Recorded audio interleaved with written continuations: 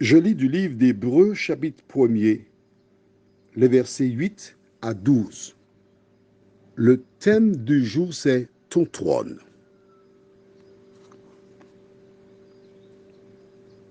Mais il a dit au Fils, ton trône, ô Dieu, est éternel.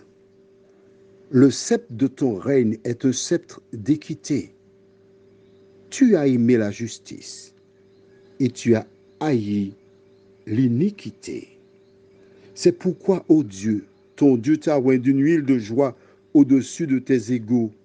Et encore, toi, Seigneur, tu as au commencement fondé la terre, et les cieux sont l'ouvrage de tes mains. Ils périront, mais tu subsistes. Ils vieilliront tous comme un vêtement. Tu les rouleras comme un manteau, et ils seront changés. Mais toi, tu restes le même, et tes années ne finiront point.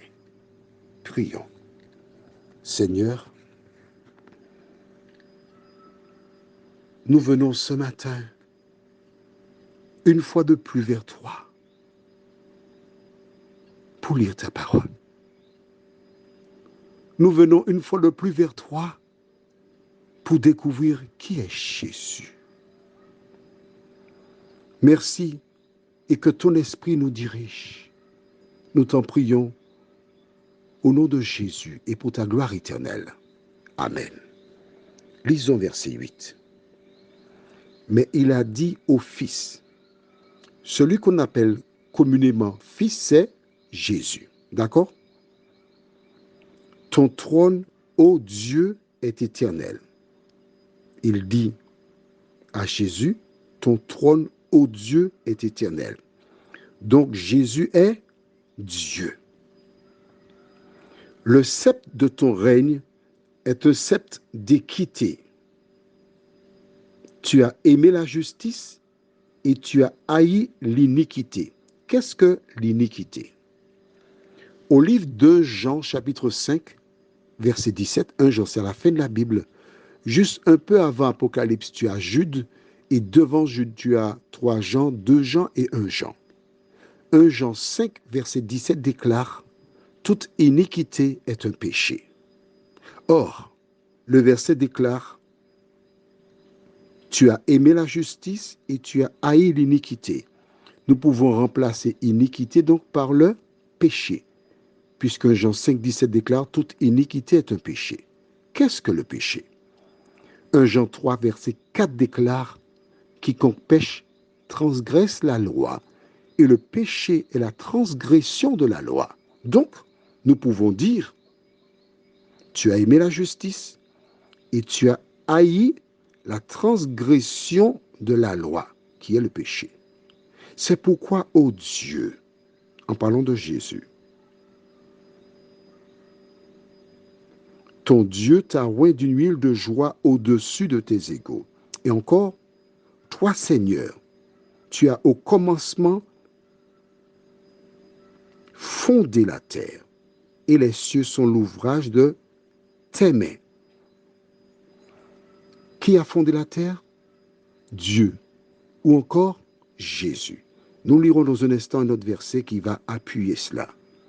Ils vieilliront tous comme un vêtement, tu les rouleras comme un manteau, et ils seront changés. Mais toi, tu restes le même, et tes années ne finiront point. Pourquoi la Bible dit tu restes le même? Nous restons toujours au livre d'Hébreux, mais nous chercherons maintenant le chapitre 13. Hébreux 13, et lisons le verset 8. Jésus-Christ est le même hier et aujourd'hui et éternellement. Jésus-Christ est le même hier et aujourd'hui et éternellement. Nous retournons donc dans Hébreux chapitre 1er et nous lisons au verset 11. Ils périront, mais tu subsistes. Ils vieilliront tous comme un vêtement. Tu les rouleras comme un manteau et ils seront changés, mais toi, tu restes le même et tes années ne finiront point. On vient de lire dans Hébreux 13, verset 8, Jésus-Christ est le même hier, aujourd'hui et éternellement.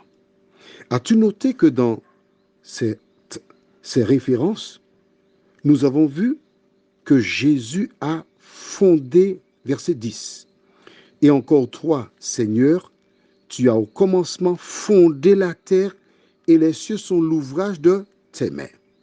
Allons dans Jean chapitre 1er au verset 1er. Et que dit la parole? Jean, c'est le 4e livre des évangiles, verset 1 et suivant. Au commencement était la parole, et la parole était avec Dieu, et la parole était Dieu. Elle était au commencement avec Dieu.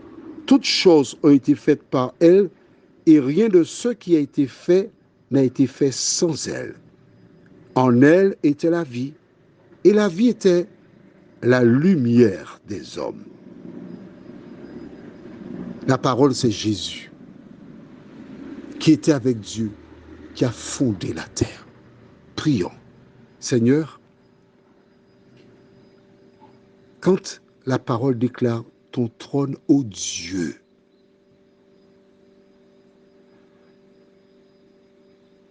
à partir de cette parole, nous avons une fois de plus la preuve que Jésus est Dieu.